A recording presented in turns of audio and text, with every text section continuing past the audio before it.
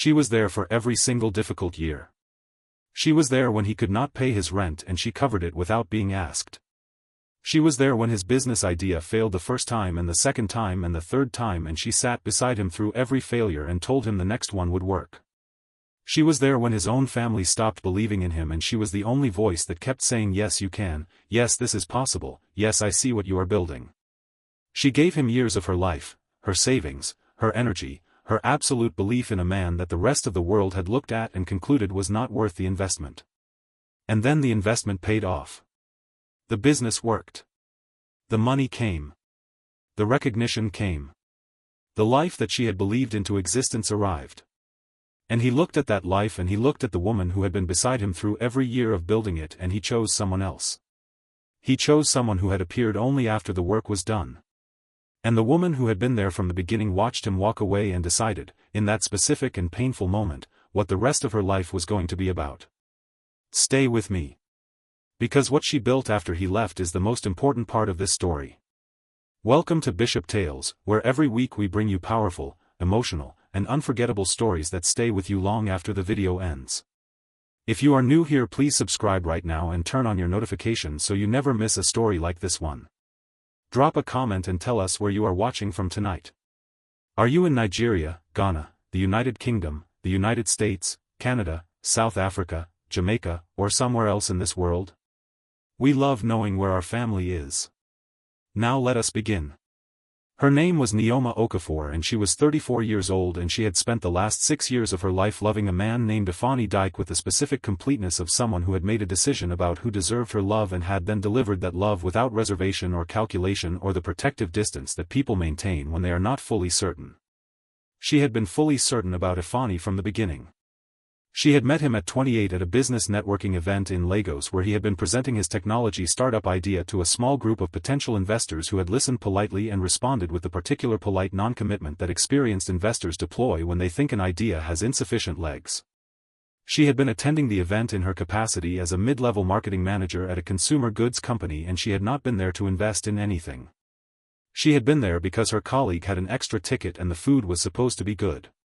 She had watched Afani present and she had noticed two things. The first was that his idea was genuinely interesting, a logistics and last-mile delivery platform for small and medium enterprises in the Lagos market, addressing a real problem with a solution that was grounded in an actual understanding of how the problem worked from the inside rather than from the outside looking in. The second was that his presentation of the idea was not good, not because the substance was weak but because he was better at understanding the problem than at communicating the understanding, and the gap between the two was the gap that was losing him the room. She had watched the investor's interest dissolve across 15 minutes, and she had watched him feel the dissolution and push harder in response, which was the natural instinct and the wrong one. After the presentation she had gone to him and said she thought his idea was strong and his presentation was the problem. He had looked at her with the expression of someone receiving information they needed but had not expected from this direction. She had given him her card. He had called the following morning. They had started as collaborators before they became anything else, which was the best possible beginning for what they became, because by the time the personal thing had arrived they already knew each other from the inside rather than from the outside, had seen each other's thinking and each other's working method and each other's response to difficulty before either of them had had to construct a version of themselves for the purpose of making a specific impression. Nneoma had helped him rebuild his pitch. She had brought her marketing understanding to the way the idea was framed and had worked with him through several evenings to produce a version of the presentation that communicated what the idea actually was and why it mattered to the people who needed to be persuaded by it. The rebuilt pitch had produced better conversations with investors than the previous version. Not commitments, not yet, but conversations that were genuine rather than polite. In the process they had become something to each other that neither of them had been looking for, and both of them had recognized immediately when it arrived. He was honest in the way that she valued most, the kind of honesty that costs something rather than the kind that only operates when nothing is at stake. He was funny in the dry and observational way that Nneoma found genuinely funny rather than the performed funny of people who are trying to be charming. He asked about her work and her life with the genuine curiosity of someone who actually wants the information. She started looking forward to the evenings they spent working on his pitch with a frequency that told her something was happening that was more than professional collaboration. They became a couple at the 6-month mark. It was not dramatic. It was the natural continuation of something that had been developing across 6 months of honest proximity. He said clearly that he was not in a financial position to offer her the kind of stability she probably deserved. She said clearly that stability was not what she was looking for from him specifically. She was looking for what she could already see, the real person doing the real work toward the real thing he was trying to build, and she was interested in being beside that. He said he was glad. She said she knew. The years that followed were the years of building. The startup went through the specific process that startups go through, periods of progress and periods of reversal, small wins that built momentum and significant setbacks that tested whether the momentum could survive contact with reality. Ifani worked with the driven focus of someone who has decided that success is not optional, that the idea is real and the market need is real, and that the gap between where he was and where he needed to get to was a gap that could be closed through sustained and intelligent effort. Nneoma worked beside him in the specific way that partners work beside the people they believe in, not doing his work but supporting the conditions in which his work was possible. She helped with pitch preparation before important meetings. She reviewed his communications and helped him see where the clarity was missing. She listened in the evenings when the setbacks had been large enough to require listening before they could be processed into the next action. And she covered things financially in the periods when the business had consumed its available cash and Ifani's personal runway had compressed to the point of genuine difficulty. She did this without making it a transaction. She did not keep a ledger. She did not reference what she had contributed in moments of difficulty or negotiation. She had decided that she was in this and what she had was available for what it needed to be available for, and that was the end of the calculation. Her own career was moving forward during these years. She had been promoted twice and had moved from consumer goods to a technology company where her marketing expertise was applied to a sector she found more interesting and which paid her accordingly. She was building something of her own in the background of the years. She was also building something for and with Ifani, and she was building it with the same focused attention she brought to everything. But the energy that went into her own professional life, though genuine and consistent, was not the center of her daily investment. The center of her daily investment was Ifani and the company, and the belief that the thing they were working toward was real and worth the years it was costing. His family had been intermittently difficult during this period. His mother, a woman named Mama Adiz who had opinions about her son's choices that she communicated with the directness of someone who believed her opinions were facts and that sharing them frequently was doing everyone a favor, had never been warm to Nneoma. Not hostile, not overtly unkind, but equipped with the specific capacity for communicating reservations through implication rather than statement, through the quality of her attention rather than through what she said directly. She had told Ifani on at least 2 occasions that Nneoma was a good woman in a tone that communicated the word good as a limitation rather than a compliment. She had said things about the kind of wife a successful man would eventually need that were technically general and specifically pointed. Ifani had managed his mother with the affectionate management of a son who loved his parent and understood that her opinions were not going to change and that the best response was to maintain his own position without engaging in direct conflict.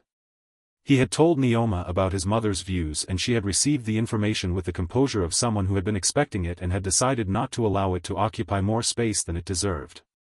She had not made it a source of friction between them. She had filed it as information and moved on. In the 4th year of the company, a significant funding round came through. Not the biggest round available in the market, but significant enough to change the company's operational capacity and its credibility with subsequent investors. Ifani had worked the deal for 8 months, and when it closed he had called Nneoma from the meeting room before he called anyone else, and she had heard in his voice the particular quality of someone for whom something long worked for has finally arrived, not triumphant, more like released, and she had felt the arrival of it as though it was her own because in all the ways that mattered it was. They had celebrated together that evening at a restaurant he had chosen, not the most expensive in the city but the one they had been to on their first date and had said they would return to when the first big milestone came. He had kept the promise. She had noted that he kept promises. The 5th year was the year the company's growth began to produce the kind of visibility that success in a specific market produces when it crosses a threshold of scale. The platform had 40,000 active business users and was growing at a rate that made the original investor discussions look like conservative forecasting. Ifani was being written about. He was being invited to speak at events that he had previously only attended as an audience member. His name was appearing in the industry publications that covered the technology and logistics space with the regularity of someone who had established themselves as a genuine figure rather than a promising newcomer. The visibility brought things that had not previously been present. One of the things it brought was Chioma. Her name was Nneoma and she was 29 years old and she had the specific quality of someone who had grown up understanding exactly how to present herself in any room she entered and had refined this skill to a level of art. She was beautiful in the particular way of someone who understands beauty as a resource and manages it accordingly, with the attention and the deliberateness of a professional. She was from a wealthy family in Abuja whose connections in the business and political landscape were the kind that opened doors that remained closed to most. She had studied at a good university in London and had returned to Lagos 2 years ago with the specific intention of building a profile in the technology and business space that would be both independently credible and complementary to her family's existing position. She attended the right events. She cultivated the right relationships. She appeared in the right photographs. She was, in the specific language of the world she had decided to operate in, a presence. She had met Ifeanyi at a technology summit where he was on a panel and she was in the audience and had come to speak to him afterward with the practiced approach of someone who has decided that a specific outcome is their goal and is pursuing it with the focused efficiency of a strategic plan rather than the uncertainty of genuine feeling. She was intelligent and she was interesting and she was entirely aware of what she was doing, which was a kind of honesty even if it was not the kind Nneoma would have recognized as honesty. Ifeanyi was not naive. He was not a man who was deceived by surfaces. But he was a man who had spent 5 years in the specific conditions of building something against significant resistance and who had recently arrived at a position of recognition and visibility and who was, in ways he had not fully accounted for and was not fully examining, susceptible to the particular form of validation that Nneoma represented. She came from the world that his success was now asking him to inhabit. She understood the language of that world because she had grown up in it. She was the kind of presence that the new version of Ifeanyi's life, the version that had funding rounds and press coverage and speaking invitations, seemed to be generating as a natural consequence of its own momentum. Nneoma noticed the change before she fully understood it. She noticed it in the small ways that people who love someone and pay attention to them notice things, the slight shifts in availability, the quality of his engagement in their evening conversations that had changed from the full presence she was accustomed to into something that was occasionally somewhere else while performing presence. She noticed that his mother had begun calling more frequently and that the calls seemed to leave him in a different state than they previously had. She noticed that there were events he attended that she had not been asked to accompany him to, which was not unprecedented but was occurring with a frequency that registered differently than it previously had. She noticed all of these things and she held them in the honest and direct way she held everything, examining them without the protective suppression of inconvenient information that love sometimes produces. She asked him directly. She said she had noticed things and she wanted to understand what the things meant. He said she was imagining things. She said she was not imagining things. She said she was someone who paid attention and what she was paying attention to was telling her that something had changed and she wanted to know what it was. He said she was being insecure. She said she was being observant, which was different. The conversation ended without resolution because he had deflected it rather than answered it and she had not been willing to accept the deflection as a resolution and so they had arrived at a silence that was neither agreement nor disagreement but the specific uncomfortable holding of something that had not been spoken and both of them knew had not been spoken. 3 weeks after that conversation she found out about Nneoma.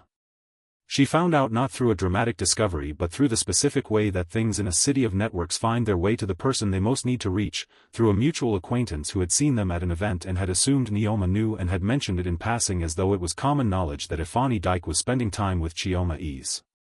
Nneoma had received this information in the middle of a conversation about something else entirely and had maintained her composure through the rest of the conversation with the sustained effort of someone who has just been given news that requires a private response and is not in a private space. She had gone home. She had sat at her kitchen table. She had given herself the full weight of what she was feeling without performing composure for an empty apartment. Then she had called him and said she knew and she wanted him to come over and tell her the truth. Now friends, I need to stop here for just a moment because if you are watching this and the specific quality of Nneoma's pain is landing on you the way it should, you are exactly where Bishop Tales wants you to be. Please like this video right now and drop a comment below. Tell us, have you ever loved someone through their worst years only to be left when the best years arrived? Tell us in the comments. We read every single one. And if you have not subscribed yet, please do it right now because what Ifeanyi says when he arrives and what Nneoma decides in response is something that will challenge everything you think you know about love and strength and what a woman does when she discovers what she is worth. He came. He sat across from her at the same kitchen table where they had eaten hundreds of meals and had hundreds of conversations and where she had sat waiting for him through the late evenings of the years when the company was the thing that consumed most of his waking hours. He sat and he looked at her with the expression of a man who has arrived at a moment he has been avoiding and who understands that the avoidance is over. She asked him to tell her the truth. He said yes, he had been spending time with Nneoma. He said it had started as professional networking and had become something else. He said he had not planned for it to become something else. She said she understood that things did not always arrive through planning. She said what she wanted to know was what it meant. He said he did not know. She said she was going to ask him a more specific question and she needed a specific answer. She said did he want to be with Nneoma? He looked at the table. He said he was confused. She said she understood that confusion was real but that confusion was not an answer to her question and she needed an answer. He said yes. He said it quietly and without the performance of regret that would have made it easier for him and harder for her. He said yes, he thought he wanted to see where things with Nneoma went. Nneoma looked at him for a long time. She looked at him with 6 years behind her eyes, every difficult evening and every covered rent payment and every conversation through every failure and every moment of absolute belief in him when the rest of the world was not believing. She looked at him and she held all of it and she said one thing. She said she hoped he found what he was looking for. She said it without the anger that would have been entirely justified. Without the itemizing of what she had given and what she was owed. Without any of the performances that the situation might have invited. She said it with the level voice of someone who has processed something in real time and has arrived at a conclusion from a place of honesty rather than emotion. He looked at her. He said she deserved better than what he was doing. She said she knew that. She said she had always known her value. The problem was not her knowledge of her value. The problem was that he had not valued what he knew. She said she wanted him to leave. He said her name. She said please leave. He left. She sat at the kitchen table for a long time after the door closed. She allowed herself the full dimension of it. The grief was real and she did not suppress it or manage it into something more dignified than what it was. 6 years was not a small thing. 6 years of choosing someone, of investing in someone, of building a life around the belief in someone, and the 6 years ending at a kitchen table with a quiet yes that contained everything and cost nothing to say. She sat with it. She cried without management or economy. She allowed the full weight of it to land because she had always believed that the full weight of things deserved to be allowed to land rather than deflected, that the deflection stored the weight somewhere internal where it became something else over time. She was not going to carry something stored. She was going to feel it fully and then she was going to decide what came next. The decision about what came next came to her not all at once but in the specific way that important decisions come to honest people who have done the work of feeling things fully first. It came as a clarity rather than a plan, a clarity about what she had and what she was and what 6 years had produced in her that was hers regardless of what had happened with Ifani. She was 34 years old. She was a marketing professional with a track record that had been built through genuine competence and genuine effort across 12 years. She had spent 6 years in close proximity to the process of building a technology company from idea to scale and she understood that process from the inside with an intimacy that most marketing professionals who had never been beside a founder across that full arc did not have. She had ideas she had been developing quietly, in the margins of the years that had been primarily about his company, ideas about what she would build if the building were hers. She had always assumed those ideas were for later. She was reconsidering the timing of later. She took 2 weeks. She gave herself 2 weeks of not deciding anything major, of processing, of talking to the people who were hers, her closest friend Kemi, her sister Adaora, her mother who said the things that mothers say and who meant them in a way that was useful rather than simply comforting. She exercised. She cooked properly for herself for the first time in a long time, discovering that she had been managing her own nutrition in a way that was functional rather than nourishing for months and possibly longer. She slept. She read. She did the small things that constitute genuine self-care as opposed to its performed version. By the end of the 2 weeks she had not resolved the grief but she had made room beside it for something else, the specific forward orientation of a person who knows what they have and what they are going to do with it. She registered the company on a Monday morning. She had been thinking about the name for 3 years and had it ready. She called it Nneoma Digital, which was direct and accurate and communicated exactly what it was, her name and her field, and nothing else required to make the statement complete. The focus was marketing strategy and growth consulting for technology and logistics companies, specifically early-stage and growth-stage companies that had products worth believing in and needed help communicating that worth to the people who needed to be persuaded by it. She knew this territory from 12 years of professional practice and 6 years of the most specific possible proximity to a company navigating it. She knew what founders needed and did not know how to ask for. She knew where the gaps between a good product and a successfully communicated product consistently lived. She knew how to close those gaps because she had been closing them, often without official credit, for years. She did not launch with a grand announcement. She did not perform confidence she was not yet feeling. She started with one client, a woman who ran a health technology startup and who Nneoma had met at a conference the previous year and who had said at the time that if Nneoma ever went independent she would be her first call. Nneoma called her. The woman said yes before the full proposal was presented. Nneoma delivered the first project with the full precision and intelligence of someone who understands that the first client is the evidence for the second and the third and has therefore approached the first client's work as the foundational statement of what she is. The project delivered results that were specific and measurable, and the client said so clearly and in writing and sent Nneoma 2 referrals before the project formally closed. The second client came through one of those referrals. The third came from a different direction, a young founder she met at a networking event who had heard her speak on a panel about marketing strategy for pre-revenue startups and who had come to her afterward with the specific urgency of someone who has just heard the answer to a question they had been carrying for months. She took him as a client and delivered the same standard. He referred her to 2 colleagues. The pattern continued. By the end of the first year she had 12 clients, a small team of 2 additional consultants she had brought on to manage the growing workload, and a reputation in the early-stage technology space that had been built entirely on the quality of the work rather than on the architecture of a personal brand or the advantages of family connections. She had built it the way she had always built things, from the inside out, through genuine competence delivered consistently. Ifani and Nneoma were publicly together within 3 months of the kitchen table conversation.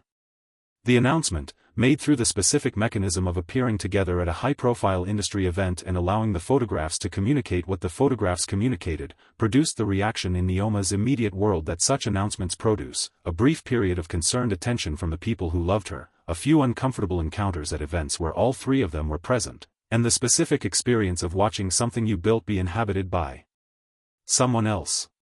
She navigated all of it with the composure of someone who has processed the thing properly and is not going to perform composure because the processing was real. She attended the events she was invited to. She did her work. She was civil in the encounters that required civility. She was honest in the conversations that required honesty. She did not make the dissolution of her relationship a performance or a campaign. She made it a private thing that she had handled privately and continued to handle privately while building publicly. The business grew across the second year with the specific momentum that good work accumulates when it is delivered consistently in a market that has genuine need for it. Nneoma Digital had moved from 12 clients to 28 and was being approached by companies at a later stage of development than the early stage focus she had started with, companies that had revenue and traction and were now trying to scale and needed the strategic marketing sophistication that scaling required. She had not planned to move upmarket this quickly. She had moved because the work she had done at the early stage had produced results visible enough to create inbound interest from companies that were further along, and because she had been honest with herself about whether she was ready to serve them well before accepting any of the new mandates. She had concluded she was ready. She had been correct. Her personal life in this period was not the center of her daily attention in the way it had been during the Ifani years. She was not managing it or suppressing it or performing the non-neediness of someone who has decided they do not need things they actually need.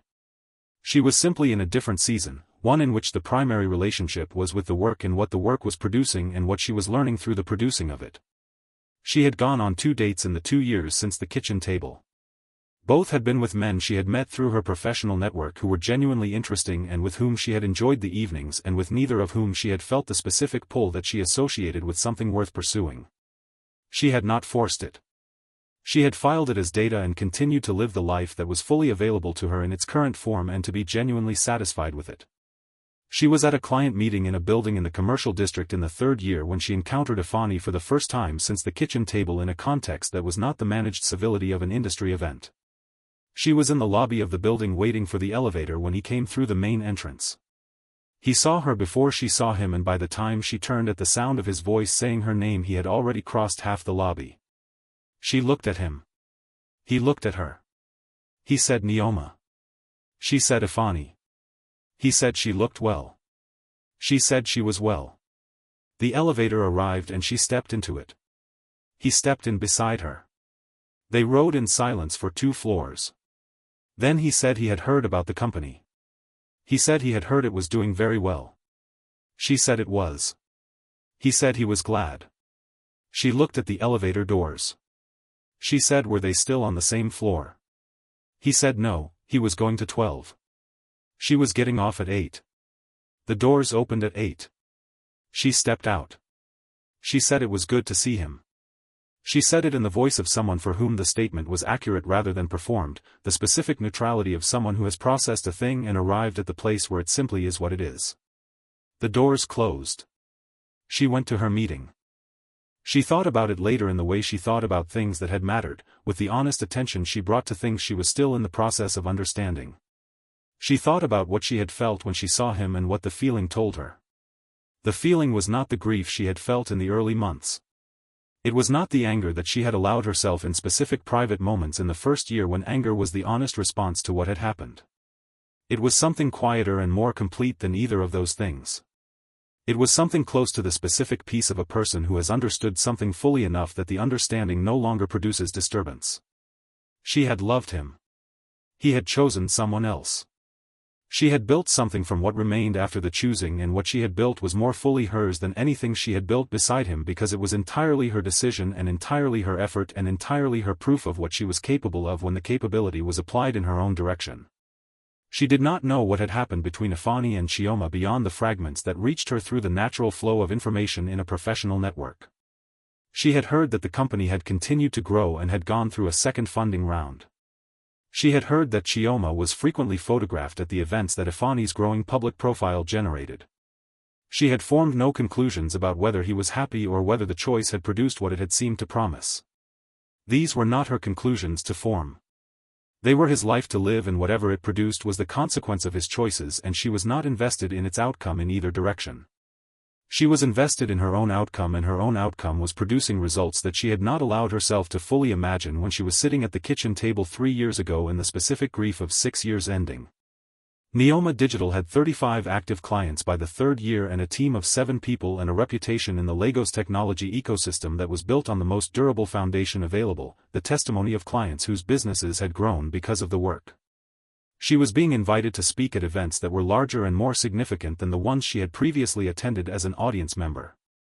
She was being written about, not in the way that Ifani had been written about when his company's growth first attracted attention, not primarily as the founder of something, but as someone whose thinking about marketing strategy for technology companies was specific and valuable and worth engaging with on its own terms.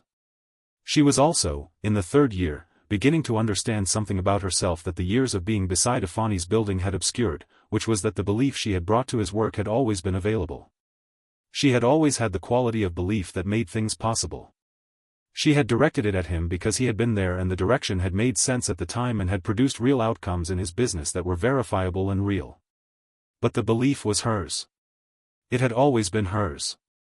And she had now directed it at herself, and the outcomes it was producing were consistent with what it had produced when she directed it elsewhere, which was the most clarifying information available about where the source of the productivity had always been located.